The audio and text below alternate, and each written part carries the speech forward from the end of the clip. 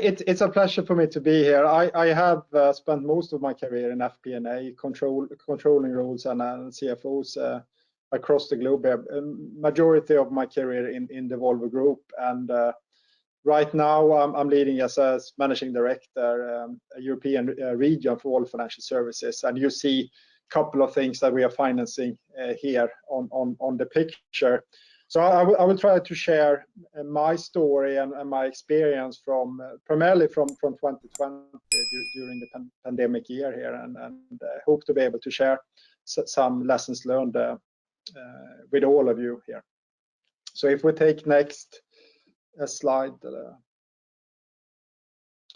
So this takes me back to March 2020, and everything stopped. And for us, one thing that stopped there for us then in the Volvo Group was production. We had problems with supplies into our factories. The situation is in Europe, as many of you know, closed down.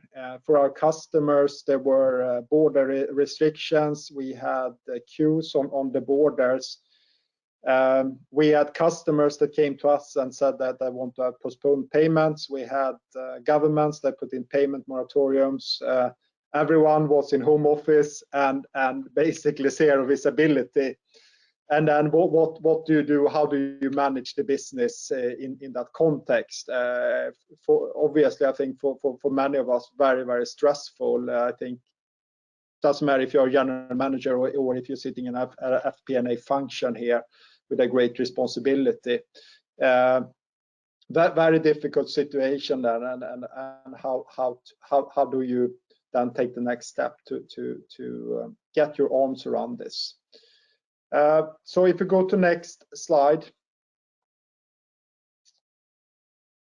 For us, and this is for the group, safety is number one for our employees, but then also a responsibility not only then for the business as such, but ensuring customer uptime, because you have critical transports and you needed to service trucks and you have a distribution network. And for us as well, we need to make sure that our customers could afford them running the trucks, so supporting them with the payment holidays, etc.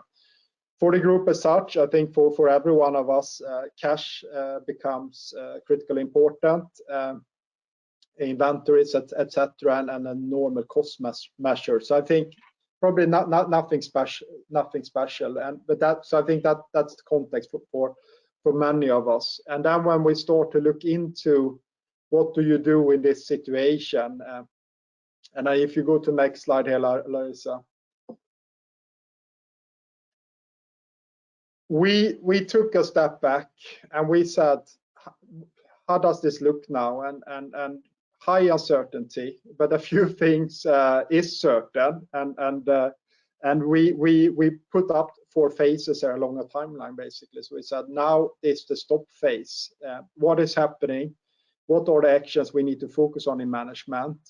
And then engaging with our FP&A team here. And in this situation, you need to take a lot of decisions. So it's critical having a proactive FP&A in this kind of situation.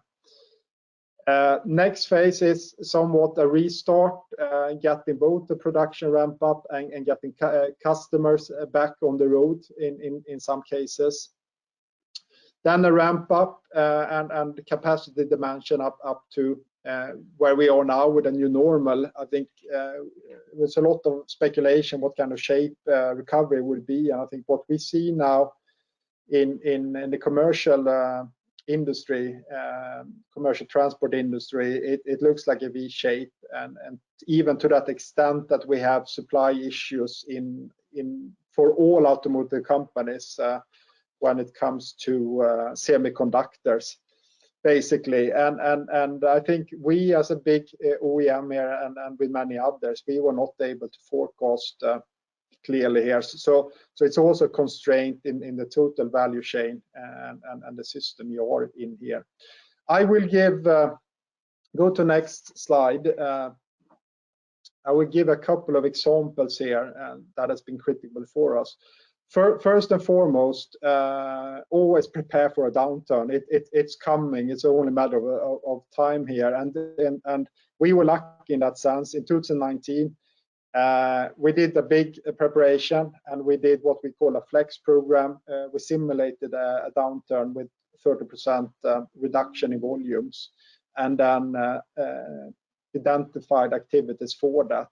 We also did surveys along management if they were ready. And I think here it's very easy. If you sit the management on top of the cycle, many of us, including myself, we thought you were ready, but you can never be enough ready. You can never be enough prepared. So preparation is important.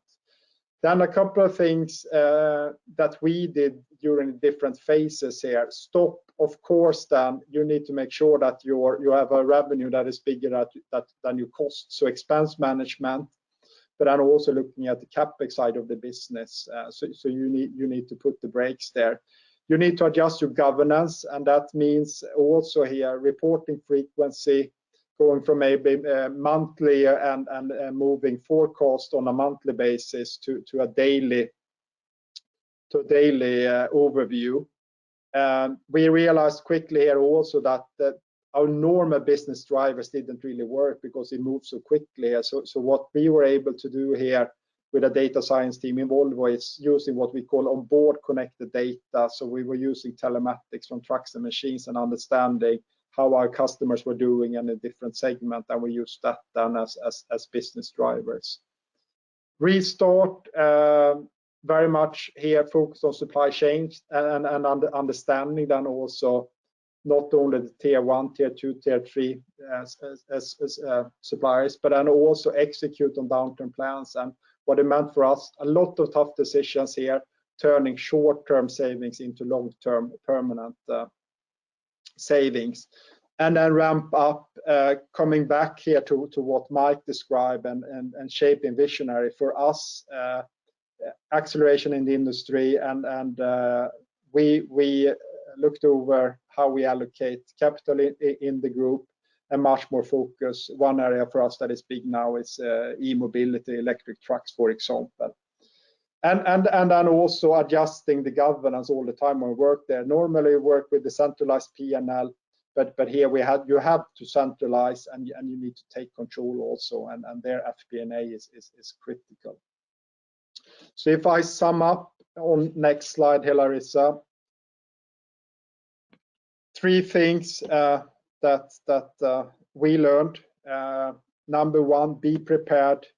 Always be prepared for a downturn, and be granular. Make sure you have activities. It will ease tough decision.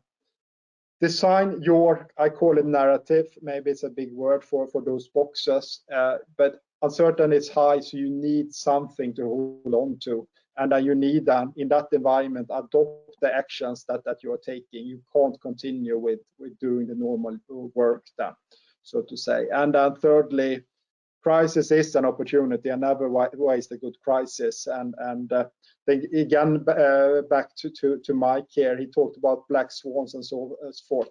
Here you really see the full business model, and you have opportunity to adjust and improve